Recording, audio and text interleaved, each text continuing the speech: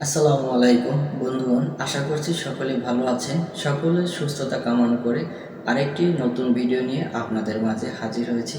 তো আজকে যে বিষয়টি নিয়ে আলোচনা করব তা হচ্ছে খুবই গুরুত্বপূর্ণ একটা টপিকস, বিশেষ করে ইলেকট্রিশিয়ান, ইলেকট্রনিক্স এবং সুপারভাইজার ইলেকট্রিশিয়ান যারা রয়েছেন তাদের জন্য ইলেকট্রিক্যাল লাইসেন্স নিয়ে আজকে আলোচনা করব।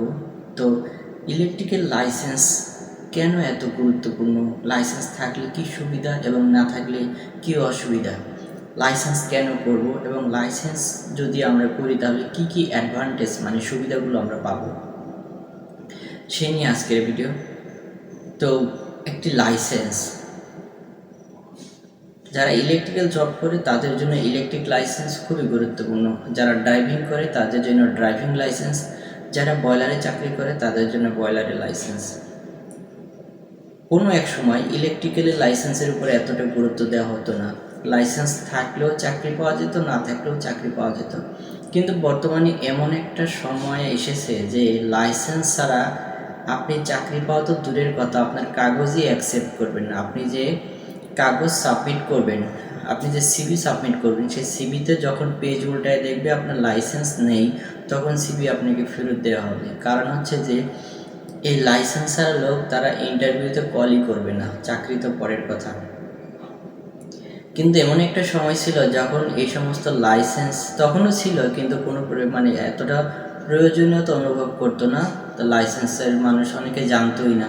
যারা সুপারভাইজার, কন্ট্রাক্টর, বড় বড় কাজ করে তাদের হয়তো লাইসেন্স ছিল, কিন্তু public electrician, junior electrician, electrical helper, তাদেরও যে একটা সময় লাইসেন্স লাগবে এটা আসলে মানুষ ভাবেও নাই। কিন্তু বর্তমান সময়ে এসে লাইসেন্সের গুরুত্বটা কেন এতটা বাড়ছে, এর দুইটা কারণ রয়েছে।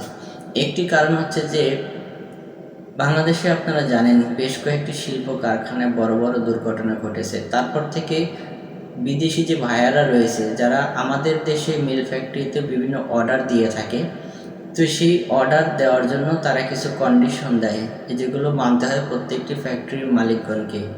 তো ওই কন্ডিশনের ভিতরে এই ইলেকট্রিক্যাল লাইসেন্স একটা প্রধান কন্ডিশন, যে যারা ইলেকট্রিক্যাল জব করবে আপনার ফ্যাক্টরিতে প্রত্যেকটা ইলেকট্রিক্যাল পার্সোনাল অবশ্যই লাইসেন্স থাকতে হবে।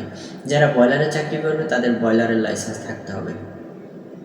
বিশেষ করে ফ্যাক্টরি জগতে এই দুইটি লাইসেন্স লাগবেই। যদি বয়লারের এবং ইলেকট্রিক্যাল লোক চাকরি নিতে যায় তাহলে তাদের লাইসেন্স লাগবেই। এই জন্যই আস্তে আস্তে লাইসেন্সের প্রয়োজনীয়তাটা অনুভব হয়। তো প্রথমে ছিল বড় বড় ইন্ডাস্ট্রিতে, এখন বর্তমানে গার্মেন্টস, ছোট ফ্যাক্টরি, বড় ফ্যাক্টরি কোনো ভেদাভেদ নাই। সব ফ্যাক্টরিতে এখন লাইসেন্স ছাড়া কোনো আপনি সিভি ড্রপ করতে পারবেন না, আপনার সিভি অ্যাকসেপ্ট হবে না লাইসেন্স ছাড়া।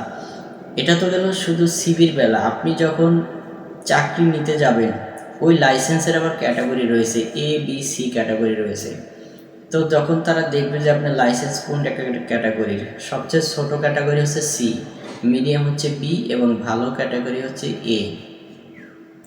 আপনি যখন লাইসেন্স তাদেরকে দিবেন তখন তারা দেখবে এটা কোন কোন গ্রেডের লাইসেন্স। যদি দেখি এ গ্রেডের, আপনার স্যালারি একটু ভালো ধরবে। যদি বি গ্রেডের তখন একটু মিডিয়াম চিন্তা ভাবনা করবে। যখন দেখবে সি গ্রেডের তখন তারা এটাকে জুনিয়র হিসাবে মানে ন্যূনতম হিসেবে আপনাকে নেবে, স্যালারিটা কম ধরবে। আর যদি লাইসেন্স না থাকে তাহলে তো চাকরি হবে না। তো প্রথমত আপনাকে লাইসেন্স অর্জন করতে হবে, তারপরে সি থেকে বি, বি থেকে এ গ্রেড পরিবর্তন করতে হবে। এই লাইসেন্স আপনারা অনলাইনে অ্যাপ্লাই করতে পারবেন, পরীক্ষা দিতে হবে সরাসরি সশরীরে যে, কিন্তু অ্যাপ্লাইড আপনি অনলাইনে করতে পারবেন। এবং লাইসেন্স পেয়ে গেলে রেভিনিউ আপনি আবার অনলাইনে করতে পারেন, রিভিনিউ যেটা করতে পারবেন আপনার। তো এই জন্য লাইসেন্স শুধু যে মিল ফ্যাক্টরিতে প্রয়োজন তা না।